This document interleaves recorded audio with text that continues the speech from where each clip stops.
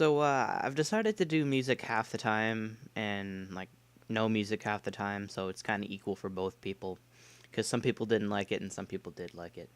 But anyway, I've got a fourth gem battle against this guy, redpoliwrath. It was for my friend Baller's tournament, and yeah, I decided to post it because it was an alright match.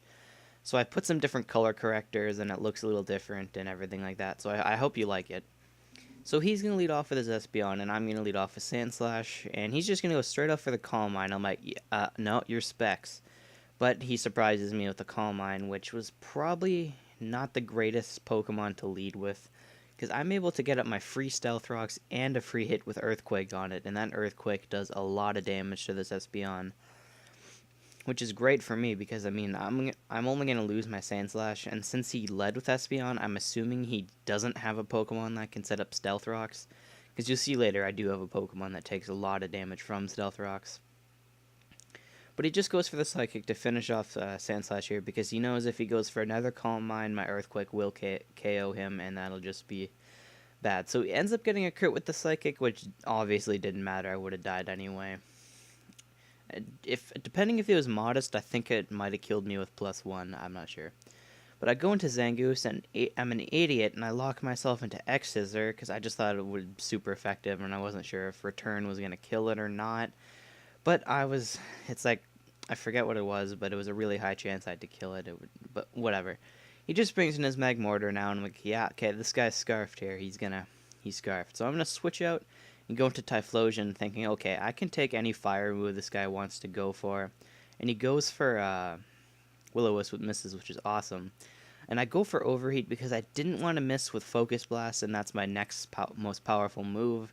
It's kind of silly going for a fire move on a fire Pokemon, but whatever. And that Overheat does a lot of damage because I am Specs, which is pretty awesome because my next one, barring a miss, will KO this Magmortar, which is great because if this guy was Scarfed, he could just terrorize my entire team, and I have nothing to take him. But he's actually Life Orbed with Will-O-Wisp, which is kind of weird. I don't know what he was thinking he was going to do there, but it didn't really actually matter. So now he's going to bring in his Licky Licky, and I was kind of like, okay, well, he's probably going to be like a Toxic, and then he's got like Return for Stab, and then Wish and Protect. So I switch into Articuno thinking, okay, he can't really touch me, but he ends up going for the Curse. And I was kind of surprised and scared at the same time. I'm like, okay, I really need to get this guy Toxic, or he can just demolish my team, because this Articuno is the only other special attacker on my team right now. And I end up missing the first Toxic, which actually kind of cost me my Articuno, you'll see later, but it wasn't too crucial. It wasn't game-changing. And oops, I turned my phone on.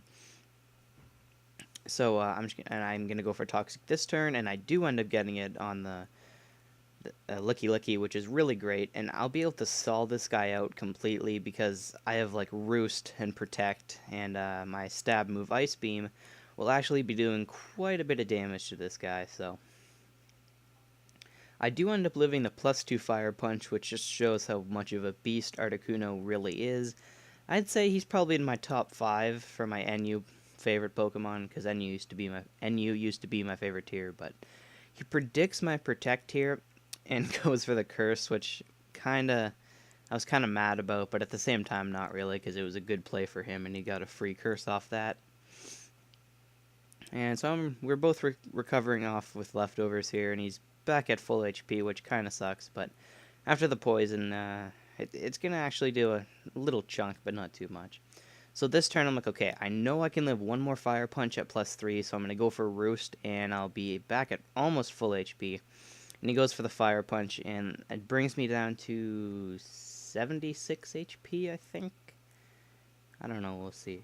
It's taking a while to go down. And no, 78, I was close enough. So this turn, I'm going to predict him to predict my Protect, and I'm going to go for Ice Beam to get some extra damage. Which was kind of a risky play, but not really at the same time. Because, I mean, if he did go for Ice Punch, Fire Punch, I might have been screwed, but anyway, I go for the Ice Beam, and it actually does quite a lot of damage, to my surprise, because he's probably max HP, max Special D.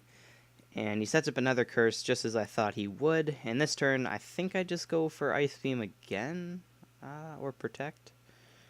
Either one, or Roost, I'm not sure. Let's see. Oh my god, all these after turn effects. But no, I go for the Ice Beam here thinking it was going to kill him.